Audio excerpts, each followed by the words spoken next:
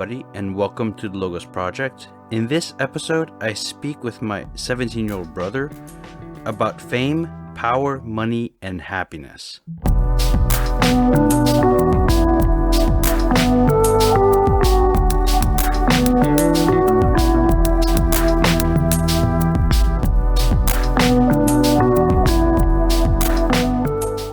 Hello, everybody, and welcome to the Logos Project. This is your host, Dom. And today, I am joined by my friend and brother, 17-year-old punk, David. Now, David, we agreed that we were going to talk about this really broad topic, which is what drives people. So let's see how it goes. Okay, well, it's a very broad question. So what drives people? Well, maybe we could say what drove Leonardo da Vinci. You know who that is? Yeah. Who is a sculptor? He was partly a sculptor. Was he a philosopher? He was a big. He had a big impact. He was more of a mathematician. Oh, right. Okay. But he was a painter mainly. Yeah. So just also in the arts and stuff, that kind of stuff. Yes. Yeah. But he was also an inventor. Oh, right. Yeah. He invented machines. He was also fruity. Does that mean homo? Yeah. Oh. Yes. All right, we got to be careful not to offend any listeners. But he's a very fascinating character. And what do you think drove him? The future, probably. So, like, you're talking about his machines and his inventions? Inventions, yeah. So he was like, oh, maybe one day we'll be able to do this, this, and that. And definitely money, too, because if he made good paintings, like, greed probably came in. I don't know. I think, so I don't know enough about him, right? Yeah. But if you look at his life, I think he was genuinely just, like, interested in like, mathematical truths and, like, the beauty of art. Like, I don't think it was money that pushed him. But, I mean, he had to have a career, he had to support himself. So eventually, he made money off of it. But, like, I don't think he did it to sit in a villa, on a couch eating grapes, saying "screw the world." Probably not. Probably not. So it sounds like what drove him was a kind of search for beauty. Does that make sense? Yeah. But also, you said the future, so like technological advancements. What if we can? So I guess like the excitement of discovering new ways of doing things, just pushing through, like. Pushing the limits. Pushing the limits of our knowledge, mm-hmm. and of like what we can do with the world given to us. Cool. Or maybe just like what's the word? Just like showing people things that can't be done, like inventions. Yeah. Like people never thought he'd make this or that.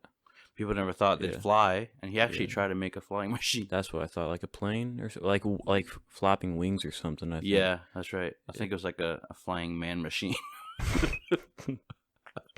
Could you imagine him trying it out, just jumping off a building?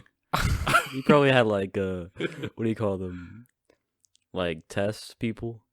They like did it for him, and they just fell off. Hey, if you put these on, I promise you will fly. He jumps off and he falls and he dies. Like, well, next one. Who's up? Okay, that didn't work. Yeah. Okay, so Da Vinci. So it sounds like what we have. I think we should go with different examples. So Da Vinci was interested in learning more about the structure of reality. He was interested in pushing the limits of our knowledge, but also of what we can do. What about, what's a historical person you know? Hitler. Let's talk about what do you think drove Hitler? Killing the Jews. Yeah, well, I mean, that... But I just don't understand what gave him his, like, pure hatred for the Jews. Ooh. Like, what fired him to do that? Like, that's crazy. Mm-hmm. Well, one thing that's for sure is that Germany as a country, right, was kind of late in the game when it comes to its power as a country. So Britain, you know what Britain is, right? Yeah, England. The English. So Britain was like colonizing like massive parts of Africa. They had a huge navy. They were like a very powerful country, right? And so they France as well. They colonized. They had their own military power. I mean, think of Napoleon and all this stuff. He conquered almost all of Europe. Yeah. So Germany was kind of like late in the game. So I think, and I got this insight from a student someone who studied Martin Heidegger, who's a German philosopher, who in the beginning, Martin Heidegger was sympathetic with like Nazi ideas, but I don't think he fully understood their implications. And then when he saw it like happen, he was like, "Yeah, never mind." Probably. Do you think someone can be born like with just pure evil like Hitler? Because when I read something about like Hitler's descendants, like some of them said like they purposefully did not have kids. Yeah, because they were scared that they would create another monster. Do you think you can be born with that pure evil? Like just no, I don't think so. So I think so I heard that too. I heard that they decided not to have kids. I think it's more out of like shame for the bloodline or the name, right? But well, real quick to get back to what we were saying, I think that so Germany had a kind of like low self-esteem complex, and so but at the same time they were very like learned. They had a lot of like intellectual, like smart Alex, right? A lot of philosophy is German, and so they kind of pushed for this idea of power, where like and purity of race. So like we are this like perfect race that is the epitome of human evolution, you might say. And what didn't help is that we're talking about a time where you know who Frederick Nietzsche is? No. He's another German. He's a German philosopher, and he was commenting on culture. So obviously the Western world was mostly shaped by Christianity culturally. And Christianity was like the bedrock of values. So like what's good and what's bad. And, the structure of like loving others is like, and loving the weak is like a value that was held dear.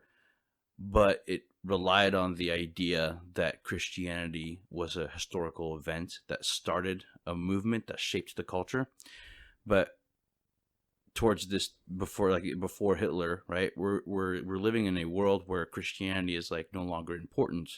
It's kind of seen as like superstitious. And so Nietzsche is this philosopher who basically is like, well, he's the one that said that God is dead. You heard that before? Yeah. God's dead. Yeah, so if God is dead, then like there's no more grounds for like being kind to the oppressed. In fact, so Nietzsche actually hated the Jews, and he thought the Jews were bad because this is what he thought. So it's very interesting. He thought the Jews were this people who were oppressed by all these other nations who had power, and so what they did, especially the Jewish priests, is that they glorified like poverty. They glorified weakness, and they made weakness something good. The Jews did, right? So in their culture and their identity, they made this understanding of like how weakness, being poor, is something good because it grants you favor from God. God prefers the poor. And so Nietzsche was like, well, they're just coping with the shitty situation they're in. And so Nietzsche's like, and so what they did is, especially in the Christian movement, they made that universal. It wasn't just Jewish anymore. Now it's all of Europe. And so, but Nietzsche's saying, but that's irrelevant now because it's gone. Like Christianity is superstitious and over. So now what values are we going to have? Are we going to value the poor and the weak? And Nietzsche's like, no, let's go back to the Roman times and to the Greek times where what was valued was power, right? And so what was true and what was not true, what was right and what was wrong was determined by who was in charge, right? So Nietzsche's like, well, God is dead, talking about Christianity.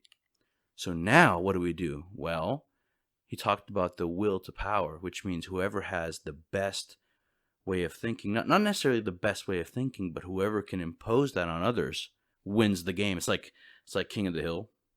And so it kind of built an atmosphere where power is might. It's kind of this old Roman idea. and the weak are like below us. And so you see how this feeds into this idea that the German race is this pure race, and it now has power, and because it has power, it's justified in imposing that power. And they can do whatever they want. Because they're creating the new value now that God is dead, whatever that means, right? And so what happens is that you have this kind of low self-esteem nation state who decides that it is a pure race and has power, and therefore anyone that's weaker is not contributing to the purity and the power of that race. And so what they do is they kill the Jews because they're the ones that were responsible for this idea of weakness being something that's valuable. And so, you have this kind of idea of what's it called when you the purity of a race. It's like helping natural selection like go faster. Mm-hmm. Like we're gonna get rid of the weak people and stuff like that. And so I think that Hitler basically believed that, if that makes sense. Yeah. So he believed that power justified what he did, and he was doing it for the good of Germany, which would become like a global race. And so it was really about, I think it was in the name of making the world a better place, but to do that, you ended up killing a lot of people. Yeah. So I think that it's those ideas that made Hitler evil. I don't think he was born evil, but I do think he became evil because of those ideas. And that's what I think. Yeah. So what drove Hitler? So that's the question, right? Well, Power. Yeah. Right. Yeah. Hello? Come in. I'm home. Yes. Are you guys recording? Yes. Okay. We want to join. Well, we don't have a third mic. I'm gonna take a shower Okay, sounds good. and then we'll eat. Okay. Are we gonna watch Lord of the Rings? We can, yeah. Okay. We have to Okay. do the rosary first. That is the third brother. He is the master of this house. And anyway, so I think that's what drove Hitler, power. So we see that what drives Da Vinci is knowledge and possibilities. What drives Hitler is power and domination. Let's pick a third person. Let's see. I can think of Napoleon. I can think of Columbus. Think of like a newer person. A newer. Like past Hitler. I like the history stuff, but okay. Newer person. What do you think? I was gonna say Trump. No, let's not do that. Money. Okay. What do you think drives? Let's stick to individuals, then we'll move on to maybe like groups of people or something. What would you think would drive? What, Kanye West? Sure, you want to do him? Yeah. Do you know enough about him? Maybe not. I mean, he's just competitive. Like, he just wanted to be the best, and he is the best. The best at what? Being an artist. Okay. Because he has his own. I mean, he created his own shoe brand and clothing brand called Yeezus. Mm-hmm. And it's reported that he made like $1 million in like, it might be wrong, but I think it was like 1 minute. Like he Wow. made that much. And so Google says his net worth is like 1.8 billion, but there's been reports that it's like 6.6 billion. So like he's just never stopped. Like he's just competitive. So being an achiever, like doing better than others, Oh yeah. but also being an artist and creating something beautiful. Yeah, at everything he makes is beautiful. Yeah, I'm so serious. You have Yeah. to listen Well, to it. my friend Sam loves Kanye West. I don't know enough about him. I mean, what I've heard, I'm not really a fan of, but I'm not very like in tune with that realm of art. So, I mean, I guess it depends on people's like sensibilities, what they like. But it sounds like he was driven by monetary success, but also artistic expression. Yeah, just being the best, honestly. Being the best. Yeah. But what does that mean?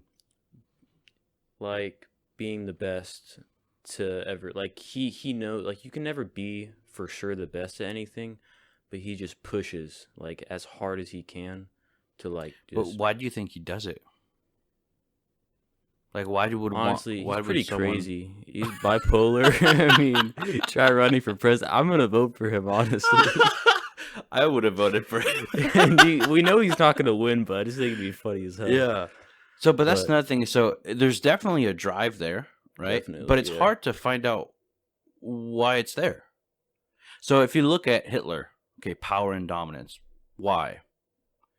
I don't know. It's kind of hard to find out why. Well, because I'm in charge. Well, like, but why? What about Da Vinci? He wants to find out more. He wants to push the limits. But why? To make the world a better place. But why?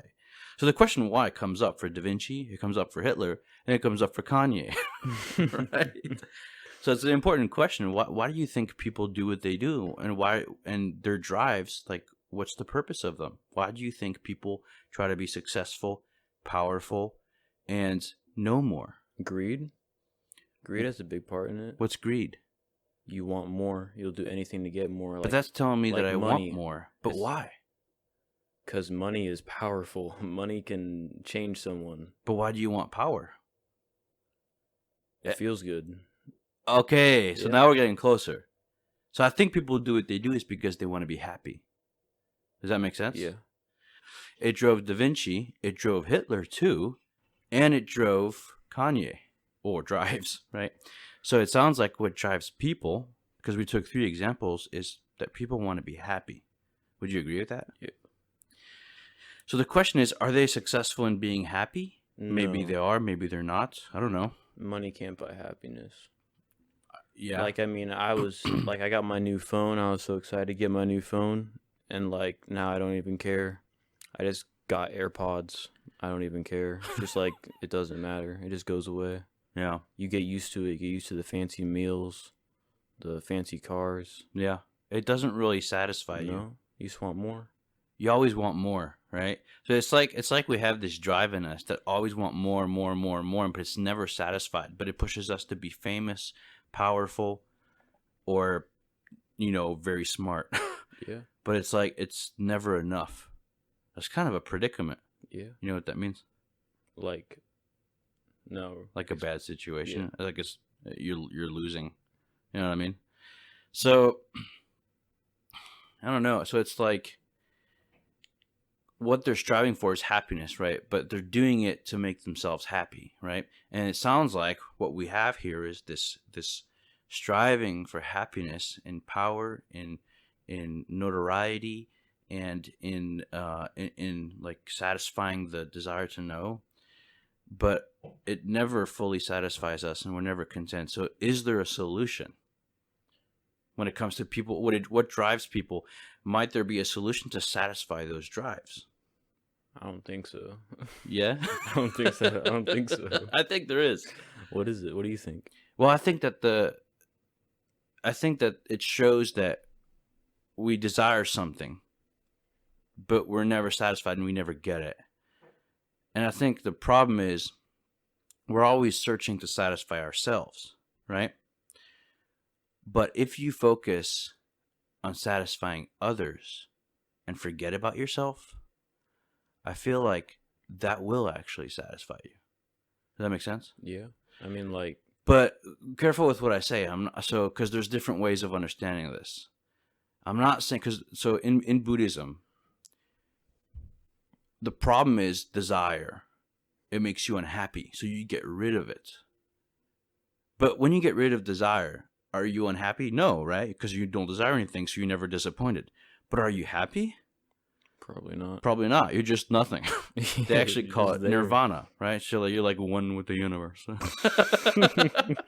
There's a lot of good there's a lot of stuff in Buddhism that I really like. So don't get me wrong. I'm just saying, like, it doesn't seem to me to be the solution. The solution is more like you desire, but for others, and you dedicate yourself at like giving to others and focusing on them as opposed to you. And I feel like that can make you happy. Yeah. Not completely. Like there's always going to be, I don't know, just stuff missing. But the more you focus on that, I feel like the more happy you can become. So if Kanye, right, didn't focus on being the best, but maybe focused on making others the best, Maybe, I'm sure he does, right? I'm not saying it's black and white, right? But if Hitler didn't kill people, Yeah. well, if Hitler tried to make others powerful and not himself, right? Or if Da Vinci, right? Well, it sounds like Da Vinci, like, he wasn't very powerful. Yeah. He was pretty famous, but like he was just searching for cool stuff, trying to understand things. But he taught it to people. So Da Vinci seems to me to be like the better of the three, Yeah. right? But it's like what's interesting is that if you take all those drives and you focus them on others, then I feel like because it's not escaping desire, but it's channeling it towards the happiness of others. And so when you see others happy, that makes you happy. And so there's a kind of order there, because like you said, we're kind of like a gulf. Like we want more and more and more and more and more. But if we stop focusing on what we want and on what others want, then we're less of a gulf and we're happier because we see the happiness in others, and that makes us happy. I feel like that's really hard though. Oh yeah. Like the millionaires and billionaires could give back to the people in poverty, all that, but it's just they just want more money. Mm-hmm. Yeah. Yeah. No, I agree with you. It's really hard. But what's interesting though is like if you're not searching for power for yourself, but to give it to those who don't have it. If you're not searching for money for yourself, but to give it for those who don't have it. If you're not searching for fame for yourself, but to give it to those who don't have it, what are you doing? You're valuing those more than yourself. But you're valuing those who don't have things, those who are not powerful, those who are not rich, those who are weak, those who are poor. Yeah. Wait a minute, isn't that what the Jewish thing that Nietzsche was talking about? Yeah. You see what I'm saying? So maybe Nietzsche actually had a point, and the point is that he hated the Jews because they probably had Nietzsche is a complex character in history, but it seems to me like the Jews learned the hard way something that we could learn today, which is that, yeah, if you focus on valuing those who don't have things, that'll actually make you happy. You see what I'm saying? Yeah. But you don't do it in the search for happiness. Like, I want more and more and more. No, because the very idea is that you're not searching for your happiness, but for the happiness of others. And that paradoxically makes you happy, makes you at peace. So what drives people? We're asking it again? Yeah. We're going full circle. What drives people?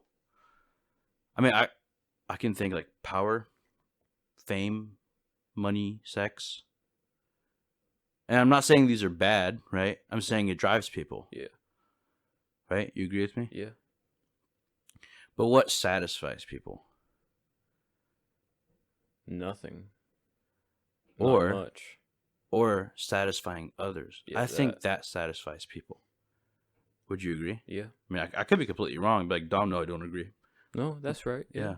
So I think it's if you focus your life on,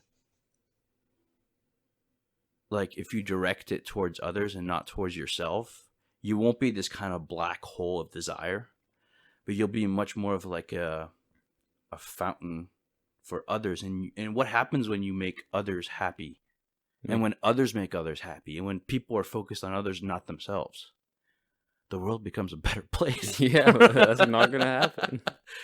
But I mean, so I think there's two extremes. It's like the idea that it can never happen, or the idea that, oh, it'll happen. Yep. It's like, but maybe it's like a bit of both. Like, there's always going to be BS, right? But it's not completely screwed, because people do live that way, right? I know some people who actually spend their time focused on others. A good example is what? Like maybe traveling nurses or going to Africa, that kind of stuff, those kind of jobs. Yeah. But even like in general, right? Mothers, when they have children, they're completely focused on their children. Yeah. See what I'm saying? So it's like it's a very real thing that's around us. Like, it's not something that we hope for in the future, or it will never happen and we're depressed about it. It's like, well, there's always going to be selfishness, but there's also a lot of good, selflessness. Does that make sense? So I think that what we can do is focus more on the best part, which is selflessness. And that if we want to be happy, like me, you, then we just focus on that. and just the rest is out of our hands. Does that make sense? Makes sense. So what drives people?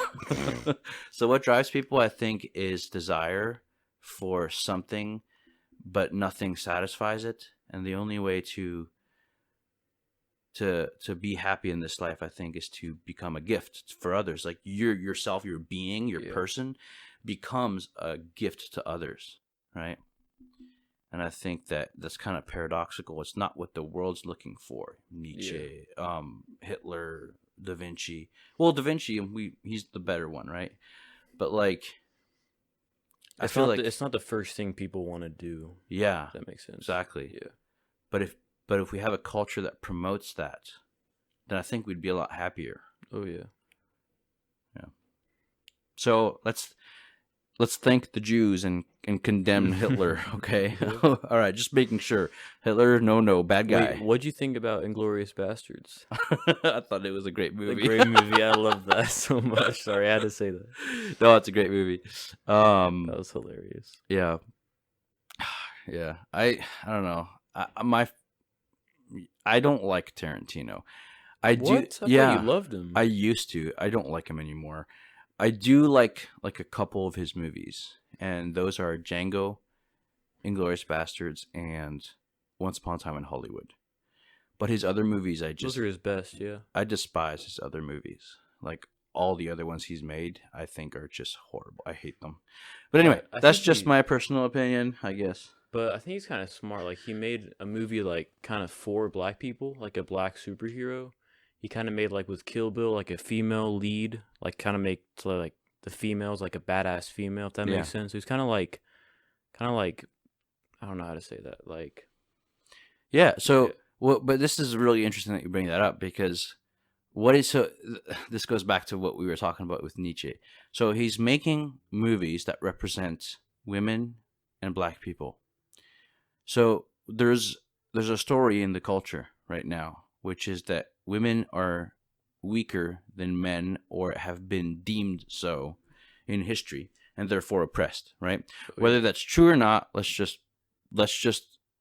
assume it for now, okay? I think it's much more complex, but let's assume it for now. Black people. Well, in America, it's very clear that they were oppressed, right? They were slaves. yeah. You can't argue with that. You know? Yep. Right. But what's Tarantino doing? He's focused on those who are weak and poor, and he's building them up. Where did he get that? I don't know, but it's genius. The Jews. Oh, okay. Historically, remember? Yeah. So what does that mean? But that Jewish idea, it's spread throughout the culture that we live in, which is the culture in which Tarantino finds himself. But how did that Jewish idea, which was specific to those people, spread to the culture he lives in? What happened? Christianity took that Jewish idea and made it universal. So Tarantino, he's probably not Christian, I don't know. I doubt it. But you can tell because he's a Westerner, there's those residues of those ideals, which Nietzsche and Hitler were going against, which is why he makes a movie about killing Hitler, a movie about a woman killing people who are hurting her, right? So I'm not a black guy killing his whole plantation owners. Exactly, Yeah. right? So obviously this is over the top and everything. And I'm not endorsing the movies for the listeners, just in case. But you see how like that's still there in the air. It's interesting. So there's like certain things have massive influences on the world we live in. So I think it's important to understand the culture and like. People just assume, oh, this is happening in the culture. Okay, great. But like, you always have to ask the question, but why? Where does it come from? I think that's important to know. It's not saying, well, this is why what I believe is true. It's more saying, this is what some people believe, and this is why historically. That's all it is. Does that make sense? Yeah, makes sense. So I think that's important. Want to talk about like Christopher Nolan? Oh, Go to him. Yeah. First, what was your favorite movie of his? Okay, first? favorite movie of Christopher Nolan. It's not Tenet. I do like it. I didn't like. A lot of people didn't like it. I liked it. I've seen it like 7 or 8 times, okay? So I don't get me wrong, I like the movie, but it's not my favorite of his. It's a hard choice. I think I'm gonna go with Interstellar. Interstellar, that's a great movie. Yeah. Inception is second.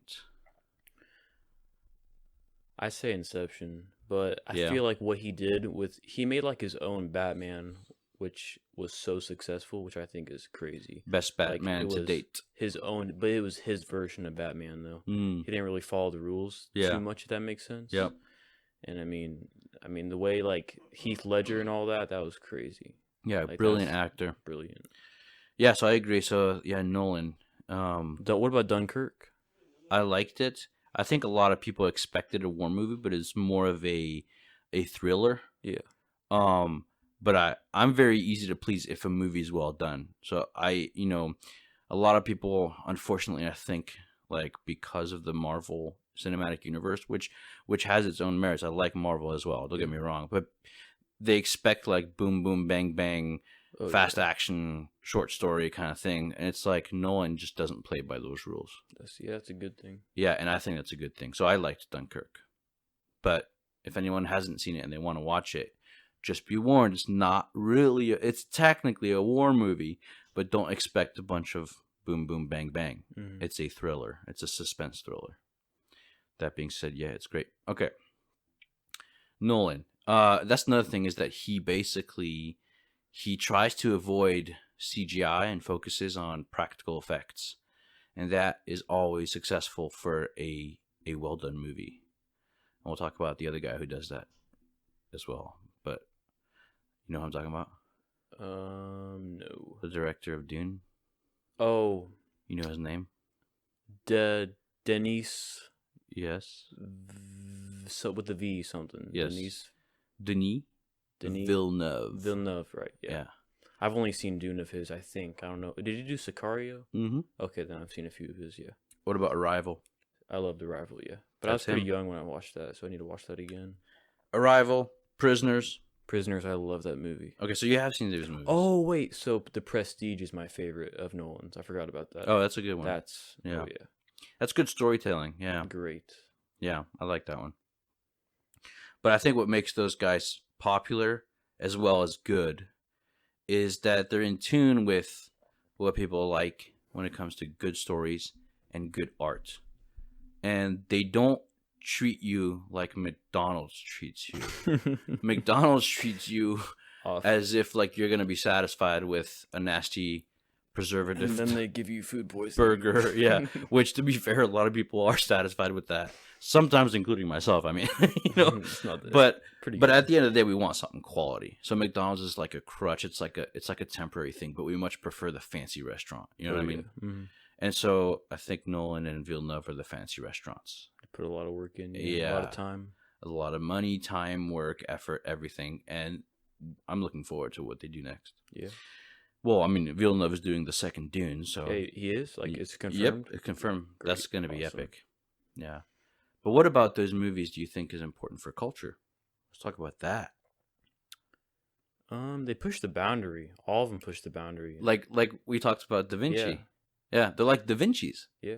And a little bit like Kanye, because they're artists. Yeah. You Yeah. mean the directors themselves? The directors, Oh, yeah. with their work as well. So there's that. We're going back to what drives people. It sounds like what drives them is the desire to push the limits, to see what the human spirit can do, but also to create something beautiful and to give it to others. So beautiful, like you have to go see it twice Or 17 times. or 17 times. I don't know why. Every time I exaggerate something, I use the number 17. That's a good number. I don't know why. I It's don't know weird. why either. Yeah. So Nolan and Villeneuve, I think, are those kinds of people. And that's cool. And that's good for culture. Let's talk about other influential things. Well, I mean, I'll give you an example. The thing about Interstellar goes back to exactly what we're talking about, is that in Interstellar, the whole idea is about pushing the limits of humanity, right? It's also about knowing more. It's about, what's beyond a black hole. What is time and what is its relationship with love is what the theme was, right? In Interstellar. Time, yeah. Like, he talks about how love is like a different dimension, which is interesting. I mean, I kind of disagree philosophically, but I won't get into it. So, but that's cool though. He's trying to understand things, right? And so that's really cool. And also, I mean, if you Inception is kind of like Matrix on steroids, Oh yeah, right? that was crazy. And the whole concept of like, is the world real? It's like a concept that people have been thinking about for thousands of years. And like lucid dreams, like which is true. You can lucid dream, kind of has Yeah. to do with it, which I think is really cool. Exactly. Yeah. And it was very well written in the sense of like, you could tell what they're talking about when they're talking about like the kick, or when they're talking about time being slower in a dream or pain being in the mind. It's like, yeah, that fits. Yeah. Makes sense. Yeah. So that's pretty cool. So yeah, so I think they're like Da Vinci's and Kanye's. Mhm. They're not Hitler's, that's for sure. Definitely not Hitler. Nope. Yeah. Cool. So anything else? I'm not sure. Are you gonna listen to this episode when I publish it? Probably. Yeah. Okay. If you like send me it or show me your website. I already did. I forgot the name. I'll send you a link. Yeah. But I'm on Apple Podcasts. Really? Do you have that? What about I have Spotify. I'm on all podcasting You platforms. have Spotify? Spotify, Google Podcasts, Okay. you name it. It's I have there. Spotify, so I can listen to some more. Podbean. Pod. What's that? I hadn't even heard about it until I started my episode, my podcast. What the? Yeah, there's some weird stuff at Stitcher. I mean, yeah, stuff that I never look at, but it automatically like puts it on that platform for me. Do you have to pay to put it on Spotify or Apple? So technically, I don't, but I do because it gives me a specific plan. Mm-hmm. So I could do an hour a month for free, and it would be on all platforms, including Spotify.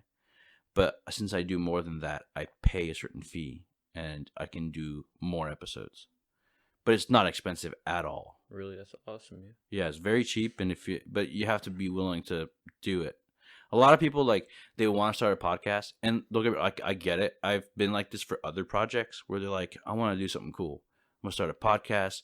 I'm gonna start a YouTube channel, and like they have a few episodes, they subscribe or whatever, and they pay the the monthly fee. But like 3 months in, they just stop. They don't make anything anymore, and they just kind of lose steam. Which I get it. I've done that for other projects, but like I'm crazy. And when I'm obsessed with something, I'll go all the way. So When I was a little kid, I used to publish YouTube videos. what? And I would review my Nerf guns. Wait, you said when you're a little kid? When I was like 6. Oh, I was gonna say 7. because you're still a little kid. I'm 17, but Okay. well, like I would. Oh my gosh, it was awful. Nerf gun reviews. Yes. Wait, I think I remember that. What? No, you did not see I them. think I saw one. I had like a little Do crappy. they still exist? I don't think so. Look it up, and if you find them, send them I to will me. try. I'll make you famous. I'm You'll kidding. make. Right? We're talking about what drives people. Like, we want to be famous.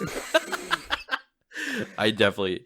No, anyway. So, I definitely don't want to be famous. But I don't do wanna want be people... famous. Everyone that gets famous regrets it. Yeah. No, I agree mean, with you. Your life can't be hidden. I agree with you. And the cool thing about what I'm doing is that it's a niche thing. You know what that means? No. It's like it's for a specific group of people Mm-hmm. that like most people you bump into are not really like interested in theology or philosophy. Probably not. No. Philosophy a little bit more, right? But not usually. So it's like targeted towards a kind of limited audience. But at the same time, it's like I'm not doing it so that all those people know me. Yeah. I'm doing it because I have something I really love that I really want them to find out about. I You're want just to share it. You're just passionate about it. Yeah, Just doing it's like you. if I see a really good movie, right, and you can relate to this, I'm sure. If I see a really good movie, I'm not gonna just like not mention it. Oh yeah, I'm you're gonna tell everyone. I'm gonna tell everybody, and then I want them to sit down and watch it with me. Yeah. Right, and I want them to watch it with me.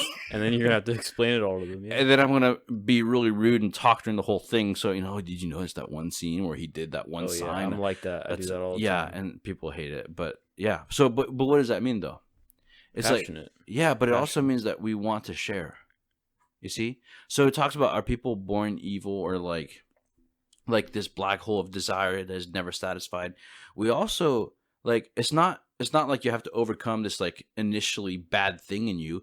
It's like there's bad in you, but there's also a good from the get-go. Mm-hmm. And you just got to cultivate the good and not the bad. Mm-hmm. So we already have this desire to share and to make others happy, right? And we know that makes us happy. So it's not just like it's like this massively uphill battle. It is an uphill battle, but it's not like it's not impossible. Does that make sense? Yeah. And so we can cultivate the good that is in all of us. Hitler didn't do that. Definitely not. Yeah. Definitely not. What's that one movie about the boy? Is it the boy in the striped pajamas? Yeah, that's You like right. that? I Or- don't. It's been so long since Been I've so seen it. long, yeah. That was sad. Oh yeah, I cried. Oh.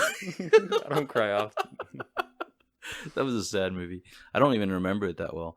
So yeah, so we've talked about what drives people. We talked about Da Vinci. We talked about Hitler, and we talked about Kanye. We also talked about culture and how we're like gaping holes of desire, but the way to satisfy that is to focus on others, and paradoxically, that makes us happy. And so we're born with good, but also with bad, and we need to cultivate the good, not the bad. And we have in our culture examples of people who want to share and want to show and want to be artistic, like Nolan and Villeneuve. But we want to make sure that when we do that, like we're more focused on making the world a better place through. I mean, I hate to use the word because it's cliche, but I'm gonna say it through love, right? Mm-hmm. It's kind of cliche. It's like kind of sappy word, right? Yeah. But what it really means is that you're directed outward. You're directed towards others, and only that can turn you from a black hole of selfishness into like a happy, peaceful person. And so we can do it, and it's something that's going to affect the culture, and that's what the show that I have here is all about. It's about culture and thinking about those kinds of questions and seeing it in like the movies that we talked about or in history. People like Hitler. Oh my god! Every time we talk about it, we laugh. I know, because it's kind of uncomfortable, honestly, because he was so evil, right? Yeah.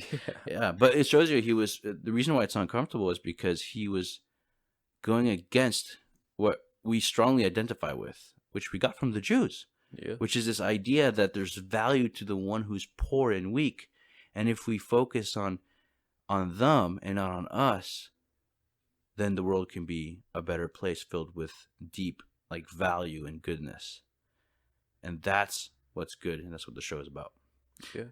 So David, thank you for joining us. Let's go watch The Lord of the Rings. All right. All Thank right. you. Yeah. So let me close out. So thanks for listening, audience. If you like this show, please leave us a review. Hit the like button, subscribe. If you want to support us, you can go to www.patreon.com/thelogosproject, and we'll see you guys next week.